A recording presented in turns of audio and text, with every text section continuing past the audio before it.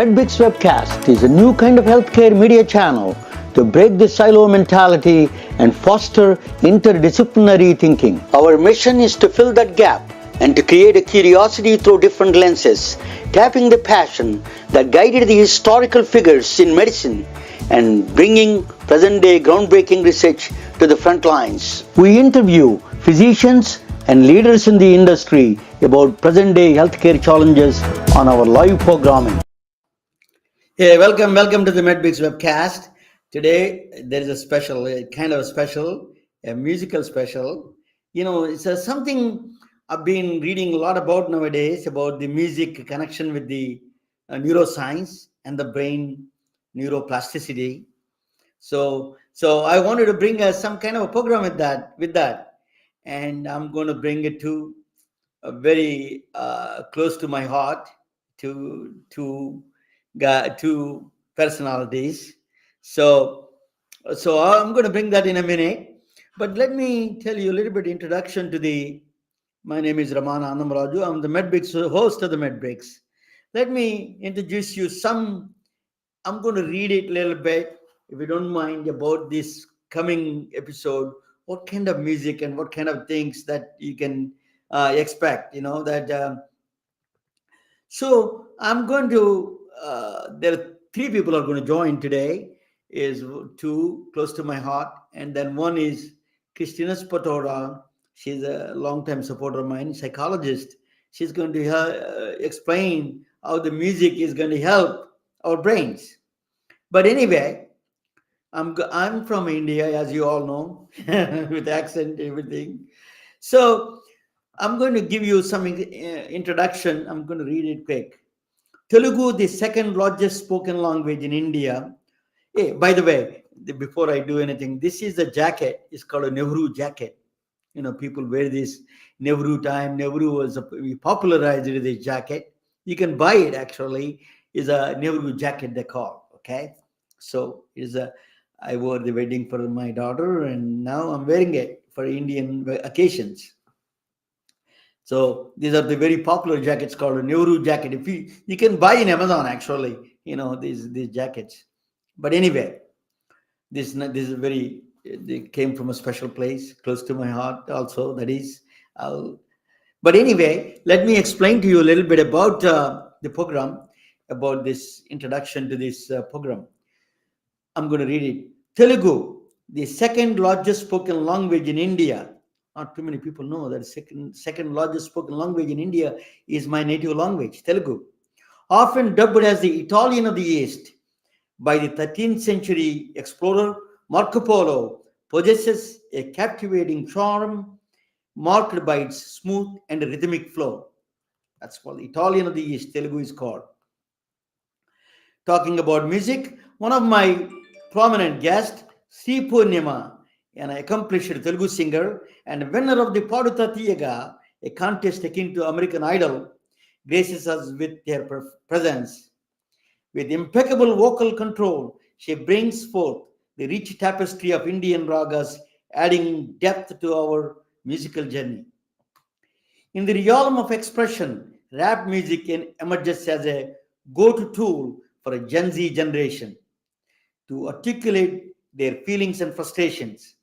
Backed by studies from EEG and fMRI, linking rap creation to heightened executive functions.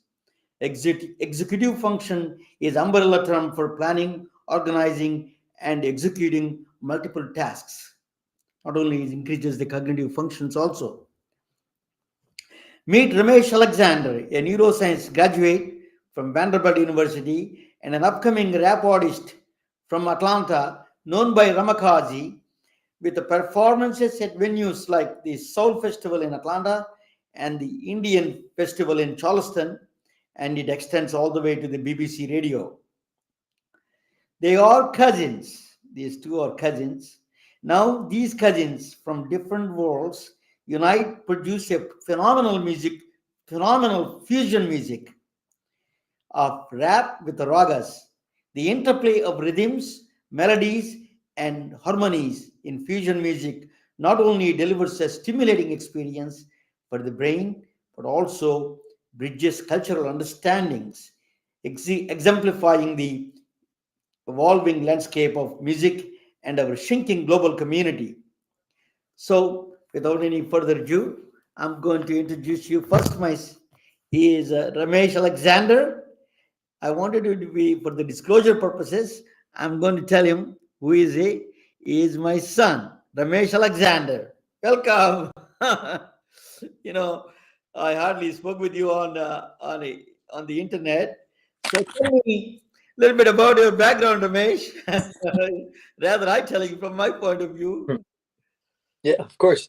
So, my background is in music and neuroscience. So, I went for undergrad, I went to Vandy and I studied neuroscience. Then went to PCOM and studied biomedical science, just to kind of get an understanding of the entire human body and everything like that. And so, I've always been interested in research, especially with the brain. That's just been something that I've always been on, on like the science side. Now, I've been doing music as especially as like a hobby since I was a kid. I started writing when I was like really young, started getting into, freestyling, things like that, poetry. And so even in Vandy, I was doing like spoken word and different things, open mics, different things like that.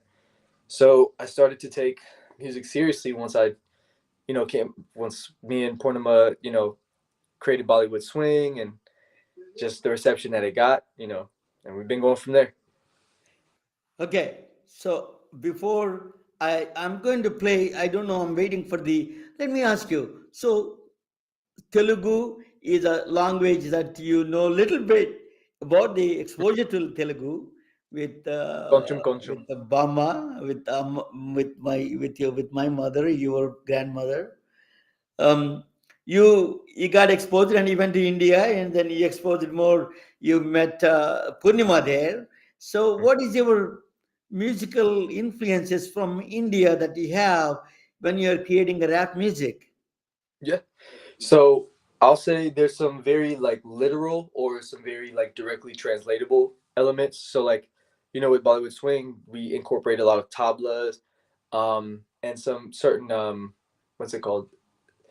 Certain elements of raga that like and Carnatic music specifically in the background vocals and things like that.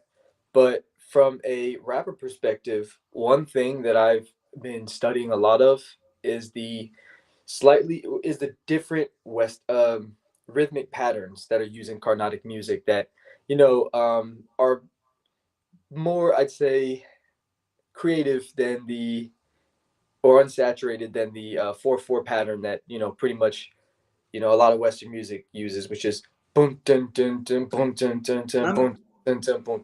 So a lot of Carnatic music has very um, you know uh, unorthodox to Westernized society patterns that I'm artists can learn from.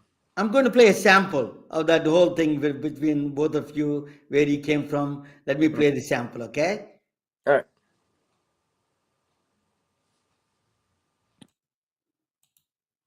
పాడుతా తీయగా చల్లగా పాడుతా తీయగా చల్లగా శ్రీ పూర్ణిమ సరి సరి మగలు తెలిసిర గడసరి చిగురు సొగసులు నీవేలేరా సరి సరి మగలు తెలిసిర గడసరి చిగురు సొగసులు నీవేలేరా సరి సరి. Got the parking lot pouring shots of Bacardi to the top. Yeah, we call it a masala block party.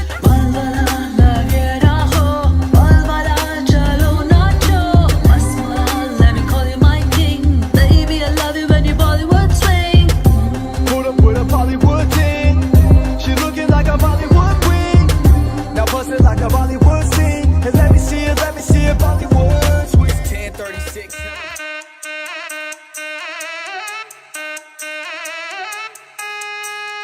Throw it all around the world, all around the world, all around the world. She a fly little diva, that be going to my head, no Khalifa.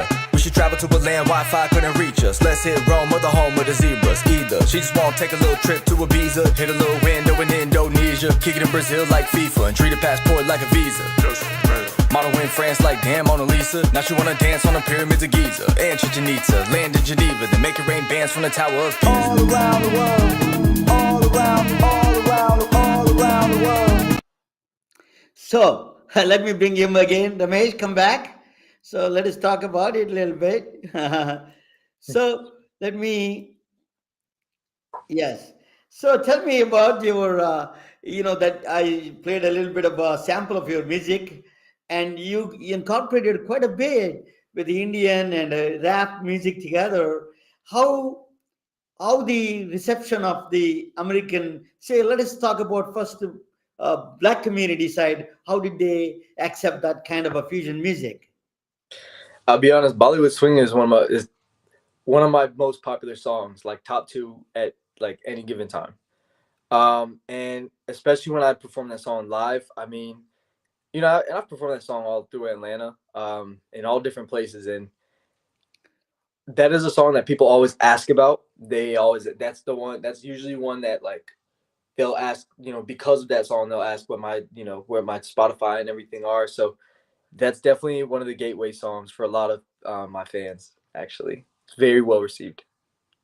So what about the question I'm asking is how the black community responded to that music, in particularly in the black community, the Bollywood swing and in your fusion music, and then I will talk about Indian spectators how they received your music. Well, that's what I meant. So in the Atlanta scene, the high majority of crowds that I perform for are pretty much all black, and that is one of the most popular songs that I perform, if not the most popular one. So And like, both cultures accepted this kind of a music very surprisingly, right? Because they're ready. I think the world is shrinking and everybody wants to know a little bit of a new kind of exciting music and different kind of tones you bring to the new table. That's they're very much receptive to that. That's the both the black side and the Indian side. They a lot of when you went to Charleston, your experience. Tell me how the kids, hmm. how they dancing with you. Tell us a little experience about your experience in Charleston when you did perform in Indian festival. Yeah, so when I do performances, especially when I know I'm going to do like Bollywood swing or another, where it's themed around, so the culture, I always wear kurtas to the show, because especially for India Fest, I knew that the majority of youth, at least, that we're gonna watch are young Indian children. So I wanted to make sure that they were able to see some of themselves in me as I'm up there performing and trying to showcase elements of our culture. And so when I was performing, I would say probably the last three songs, once they finally understood my vibe and everything like that, the kids literally got on stage and started dancing and just behind me, and it was a lot of fun, especially because the last song that they were dancing to was an unreleased song. So I know that the kids are gonna love it when it drops. I'm yeah. That's a. So how do you explain the brain and the connection with the brain and all this music and expansion of the brain? So when you were a kid, I remember you would. What one of the things surprising me when you were a kid, when people and the parents usually have a negative connotations about the rap music. But one day I was watching you, and then you were going through a dictionary. The dictionary to go to the terms. So why is he looking for a dictionary to add a new terminology to the there's a to the vocabulary? I was surprised. So that you're expanding your vocabulary language. So there is a evidence in the neuroscience that language processing abilities increase that area of the brain. So tell us a little bit about that. Yeah. So first and foremost, a lot of rappers are actually very smart. Like, I mean, you'd be surprised about the amount of rappers that are like valedictorians or like just made all A's, especially in like language arts. I mean, it's a high amount. But so I actually have a platform called Deciphering Dope, and in this platform, I essentially break down the neuroscience of music. And the first one, which actually covered my like the me seeing Outkast in concert, it actually covers what freestyling does to your brain. And so when you freestyle, right? So, and this is just an example. When you freestyle, you are using essentially most, if not all, of your executive functioning. So your frontal lobe, and along with, like, I think it's a Wernicke's. So the language processing center, or the process that comes up with words. But because of you having to essentially come up with something on the spot and then say it on the spot, you're using both Wernicke and Broca. So you're using the center that both processes words that come to your mind, but also how does that translate into you saying it out loud. So you're actually, when you rap, you're using multiple parts, or freestyle, you're using multiple parts of your brain, your memory, most likely your amygdala, like your emotional center, cingulate gyrus, your frontal lobe, the decision making part, like what words am I going to use, what rhyme scheme, all of that. So I would say freestyling and just rapping in general are very good tools for helping you, your memory recall, for helping your emotional memory, as well as helping with your frontal lobe. So a lot of rappers, like Eminem's read the dictionary at least a couple different times. Nas has said he's read the dictionary. Like, a lot of rappers have done that in order to have the lexicon to be able to come up with different words and rhyme schemes and things like that on the spot.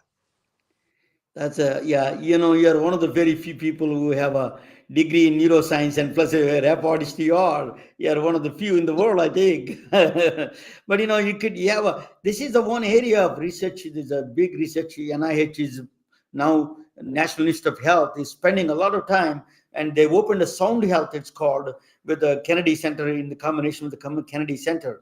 But anyway, so I'm going to bring, I'm waiting for Purnima.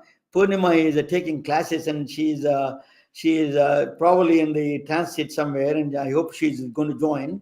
Before that, I'm going to bring another lady. She's a good friend of mine. She has been with me, very close friend, beginning of this podcast actually. Cristina Spataro.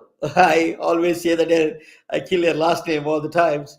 She is a very good friend of mine, and she's a psychologist. She actually deals with a lot of disadvantaged youth in the Bronx. She's from Bronx, New York, and she deals with a lot of the kids go through a lot of trauma and experiences. I'm going to bring Christina a little bit into the table. Let me bring a Christina. Hello, Christina. Hi, thank you for Welcome to having the me. How Medbix are you doing webcast. today? you know, Tell us a little bit background of yours, says Christina. You're a close friend, a long time friend for me. I know you for a long time. Tell us a little bit about yourself. So, I am a psychotherapist and relationship coach. I have been one for over 18 years. I work with children and adults, and I just have a passion for helping people to basically be who they were intended to be before life got in the way and started messing with their heads. So I'm going to ask you this question. Hmm. Today is a special program I'm doing is on the music, on the psychology, the Hmm. a lot of people relate to the rap music, particularly you. You're from Bronx, Hmm. you understand that journey of those people, their frustrations, their feelings. They can express through that language. Is Hmm. kind of an outlet for them. Tell us a little bit about that, if you don't mind, and I will bring my son also to Of the course. we all three can together. Yeah, just a minute. This is 1 second. I'm going to bring all of us. Yeah. Hi. Yeah. So that's my son, and you. They're there. Maybe. Nice to see you. Yeah. Good to see you too. So tell us a little bit, Christina. What do you think of a little bit? If you take the camera a little bit far, yeah, we can Okay, see your. yes, Yeah, somehow I that's it. wound up super close to you. Let me move Super this close to back a me. little. How's that? So I don't look as That's scary. perfect. I'm just a giant head. Um, I really was impressed by what your son was saying because in my studies in psychology, clinical neuro was actually one of my favorite areas. I was actually considering specializing in clinical neuro, but I really enjoyed the direct client work working with the children. So that's how I ended up there. But music is so powerful, as you basically expressed in terms of many of the rappers. And I do, if I'm not mistaken, I think of rap is, if not the I think if the Bronx is not the birthplace, I think it was definitely one Yep, of it the is. first place. It is the birthplace. Yes, I'm right. 100%. So you're so right, because basically it does involve using all those centers of the brain. I mean, there have been numerous studies that have shown how music affects mood, how it affects memory, how it affects cognition. They've actually done studies where playing music for stroke patients, these stroke patients have had better cognitive outcomes, though, for those that listen to music consistently than those that didn't. In fact, they even did it where they did audiobooks versus music. And again, the music had the better outcome, because music stimulates the limbic system. When you play music, you see those centers light up, so it helps the emotions. Music is so tied to memory. How many times, if you like hear a song from the past, it brings you back there.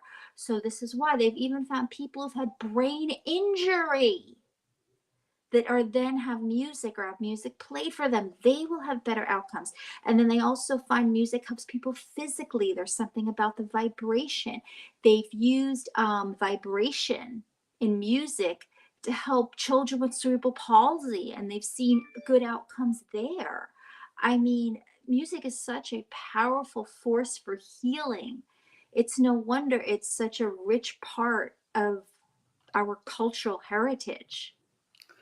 Ramesh, binaural beats. I don't know exactly the word. So can you tell us a little bit about that? Binaural beats are something that natural frequencies that people respond to. Alzheimer patients particularly recall the. Can you tell us a little bit, Ramesh? Yeah. Yes. So right before I get to that, I actually want to follow up with the point you were making, like with music and memory. There's so especially with Alzheimer's and dementia patients. I don't know if you've seen the study, but they're Yes. saying when they play drums, or if they learning how to play the drums actually helps with their, like, learning rhythm actually helps with their memory Yes. cognition. And I think Mhm. that's so interesting. Like, just learning instruments, learning how to play an instrument, it can literally help with like things like that. And they say that there are Alzheimer's and dementia patients who they might not be able to remember like their child's name, but they can Mhm. remember their favorite song, and the Yes. because it activates a lot of centers. So the limbic, there's multiple emotional memory centers, and then you have your actual memory center like the hippocampus. And Mhm. so it's very interesting to see how that ties together. And so I started thinking about some of the mnemonic devices that we learn in school. Mhm. So from like, A, B, C, D, E, F, G, which is Exactly. Twinkle, Twinkle, Little Star, to the 50 states song. Like, if I were to, Mhm. to have to name the 50 states just with no rhythm, I'd have to really think about it. But I can, Alabama, Alaska, Arizona, Yes. Arkansas, California. Yes. That stuff is so helpful. And that's even within human history. A lot Mhm. of stories and oration was passed down through Through song. music. Yes. And so, There there's such a rich history of music mhm. in humans learning and connecting. That's not an accident. Mm, When we break away from the thing that we naturally gravitate to, that is usually when we have trouble. So the mhm. fact that in every culture, in every part of this world, humans respond to music in every possible way on a visceral level, that Yeah, shows the level of importance to our minds, to our bodies, to our spirit.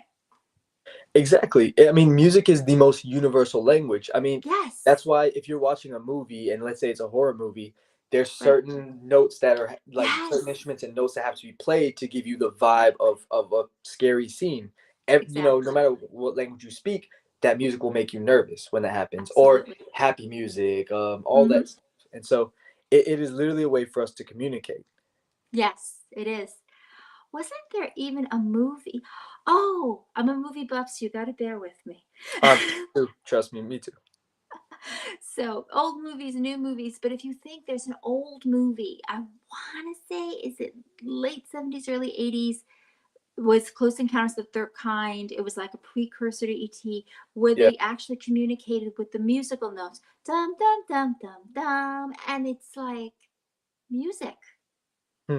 Yeah. Music was this language, like this alien civilization was trying to communicate with this little tune. And But that's a binaural beats. About that, Ramesh, I was asking about that Yeah, beats. yeah.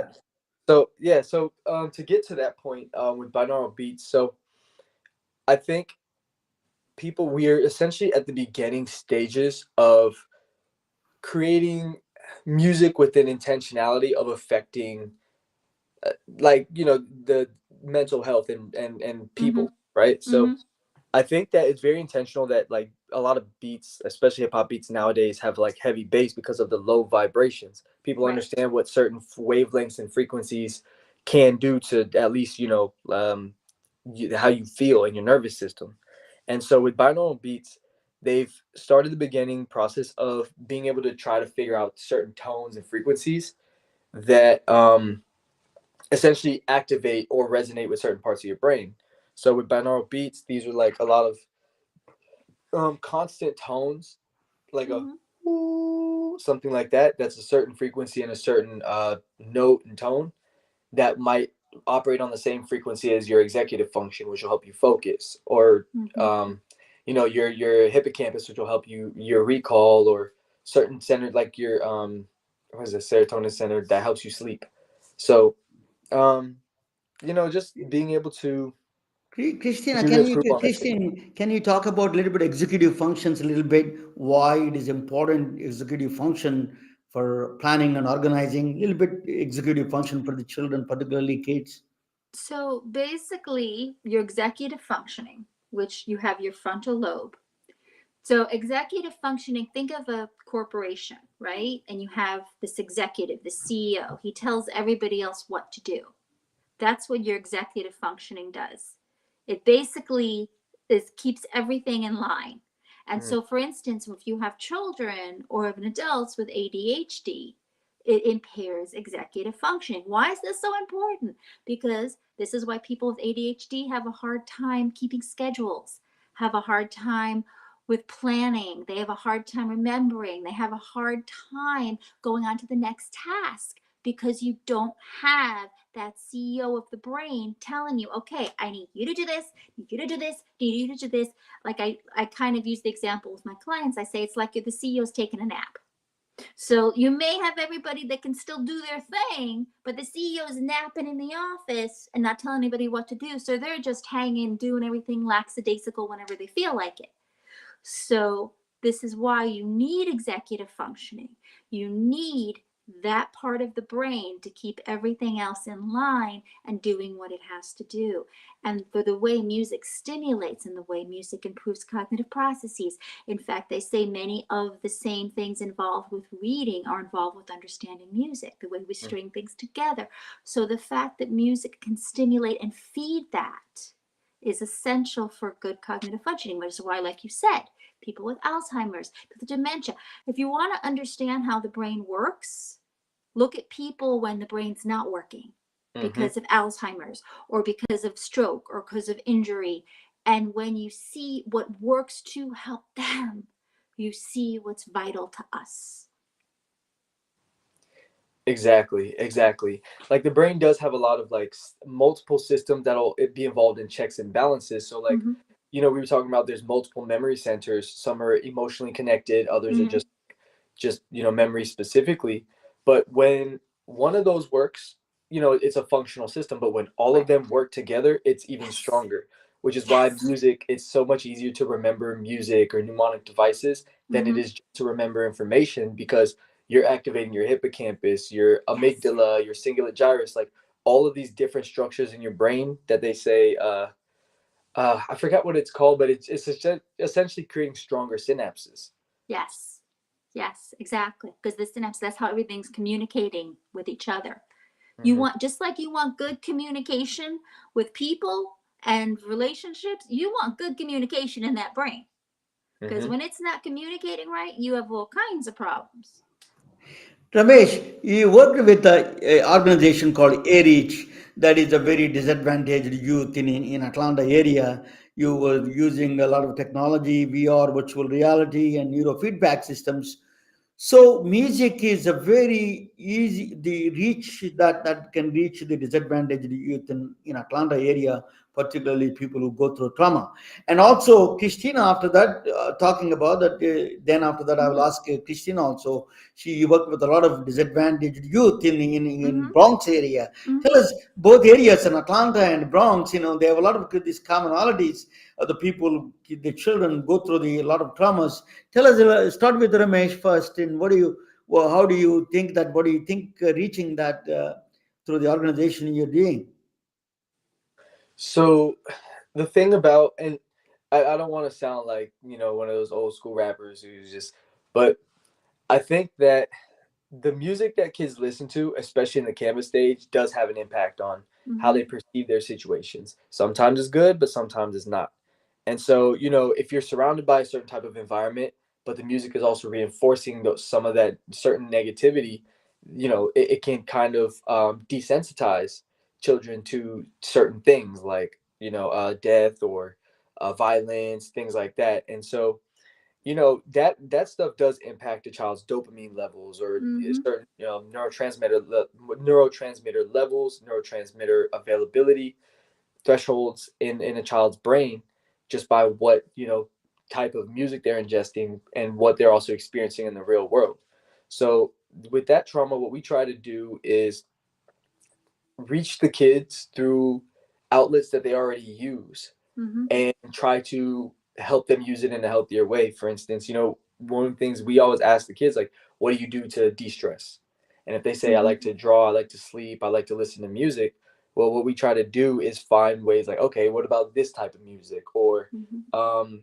how about, when you wake up in the morning, if you like to, write, wake up in the morning and write. First thing you do in the morning, try to write something, whatever comes to your mind, and different brain training exercises that are fun for the kids. So, J. Cole actually said that when he wakes up in the morning, one of the first things he does is just try to write a verse, whatever comes out.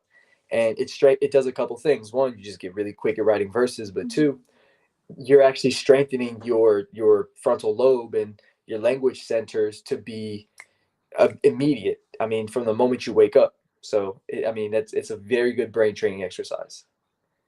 Yeah. I agree completely. And the funny thing is, I've actually been to Atlanta Yeah. and I had been there in pre pandemic days. I went to a wonderful psychology conference, and the topic was brain training and using things to stimulate the brain and train the brain and help kids overcome things like, brain injury and ADHD, things that were interfering. And the idea that when you do that, when you do use things like music, and I agree with you, everyone has the right to their artistic expression, but the power of certain sounds, of certain words, can be used for good or bad, Mhm. and that's the key. If you have music, so what is it doing to the brain? Just like certain images, I mean, I personally, I can't handle horror because I see the images, I remember them, and they stay in my brain, and it's too upsetting. So the idea is that what you ingest musically is going to impact you. It is going to impact your brain. And if your daily life is hard and stressful and the music is reinforcing that, but on the flip side, if you're listening to music that is uplifting, that is letting you know you are not limited by your circumstance, that you can actually rise above this. If it is encouraging that, then it is encouraging new neural pathways to be formed in your brain for Mhm. you to actually create new mental paths that you can follow. I think watching between the discussion between both of you is fascinating to me. Both you should apply for grants together. He's a neuroscience graduate and you're a psychotherapist. It's an excellent idea because I think there is a NIH is now paying a lot of attention to the music side of it. Now they use called sound health. It's called sound Mm-hmm. health. The NIH with the Kennedy Center they started together is a Mm. very great initiative, and you should just check it out, both of you. In fact, so, not only disadvantaged youth of people with any kind of injury, right? The Alzheimer's, particularly Mm-hmm. among Mm-hmm. healthcare, Alzheimer's, stroke victims. I'm going to talk about we actually January my first guest in the January 10th. I'm talking with a neuro rehab physician. We'll talk Mm-hmm. about that how the music. She's actually degree. She has a degree in from Gilead School of Music. She has a Mm-hmm. degree, and she's a doctor. She's a neuro rehab doctor. I'm going to talk with her about the little bit about the influence of the music on the brain. But both of you deal with a lot of these trouble. Both centers, you work both here in Atlanta and the Bronx are the epicenters sometimes for the unfortunately. So they are the epicenters for the lot of trauma for children, and Mm-hmm. people from other countries also come to these both cities. And then then they from Africa, a lot of them come to Atlanta, and then from all over Eastern Europe they come to Bronx. So they go through a lot of these traumas. Do you see that one of the things you do therapy, of course, Christina, you're a Mm-hmm. licensed therapist. Mm-hmm. Do you think you should incorporate music is also part of the process in the whole healthcare system? Oh, absolutely. There is even a field of study called music therapy. Now, my specific degree is not in music therapy precisely, but because I recognize the importance of it, I very much incorporate music in my therapy practice. And I'm always learning more and more about it and then bringing back what I am studying. This is the beauty of continuing ed. You can be a forever student. And I'm always bringing that back to my clients because it is important to the kids. It is helpful to them. So 100%, I Yeah. believe in the healing power of music mentally, physically, spiritually. Absolutely. I think the reimbursement also important. I think insurance companies understand this thing, should understand, Mm-hmm. and then reimbursing the people like you and Dane, my son, and all those people. They need to reward this kind of incorporate, this kind of things and how powerful that music is can unite people. And when there is a lot of fractions between the people, the music unites Mm-hmm. them. Particularly with the fusion music that Ramesh is producing. Okay, any fine. Ramesh, you are wearing a T-shirt that is, that you can show that it is from my hometown. That is, Ramesh is my son. Yes, Mm-hmm. is Sorry. wearing my hometown shirt. That is a Bhimoram. It's called. That's a temple on the left side, and right side is the gentleman who got the. We didn't get the Nobel Prize. We deserve to get a Nobel Prize. Spataro is he won he actually he discovered the first chemotherapy drug for Mm-hmm. the children, in fact, the methotrexate. So he did a lot of other drugs. He's a very well-known biochemist and a doctor. So that's the t-shirt he's wearing. But Christina, as always, pleasure to see both of you. It is. I'm going to play this music for Ramesh, and unfortunately, the she Purnima, yeah, Purnima could not able to join. I think so. Final word, Ramesh. You want to say final word? I play the music for the.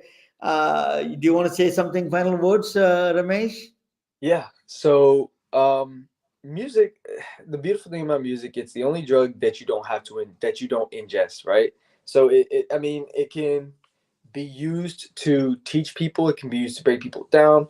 It all Mm-hmm. depends on how you use it. But one of the beautiful things about playing music for a developing mind, they say that Mm-hmm. if you play classical music to a child in the womb or at a young infant as they're like sleeping, it actually there's correlation that it can improve their IQ.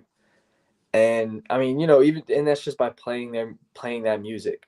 And then also I personally know people who they might not speak any English, but they can rap almost every word to their favorite Eminem song or their Mm-hmm. favorite Lil Wayne song, or just off of the fact that they're processing things through sound.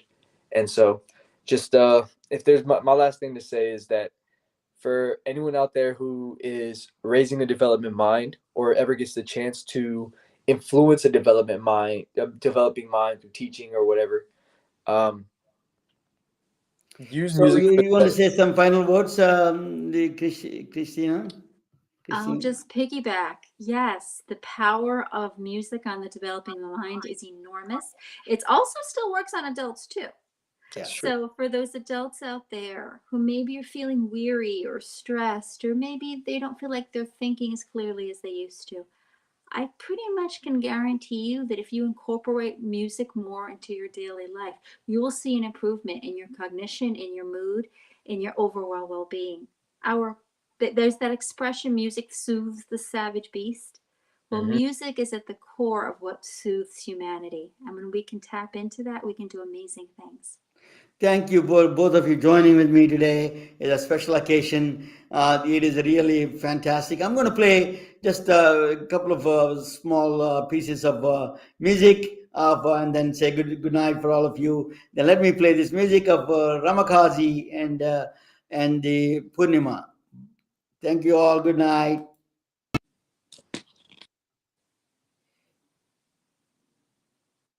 పాడుతా తీయగా చల్లగా పాడుతా తీయగా చల్లగా శ్రీ పూర్ణిమ సరి సరి మగలు తెలిసెర గడసరి చిగురు సొగసులు నీవేలేరా సరి సరి మగలు తెలిసెర గడసరి చిగురు సొగసులు నీవేలేరా సరి సరి. Got the parking lot pouring shots of Bacardi to the top. Yeah, we call it a masala block party.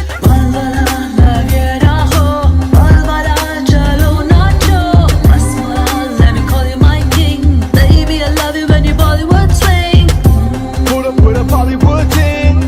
She looking like a Bollywood queen. Now bust it like a Bollywood scene. And let me see it, Bollywood swing. 10:36.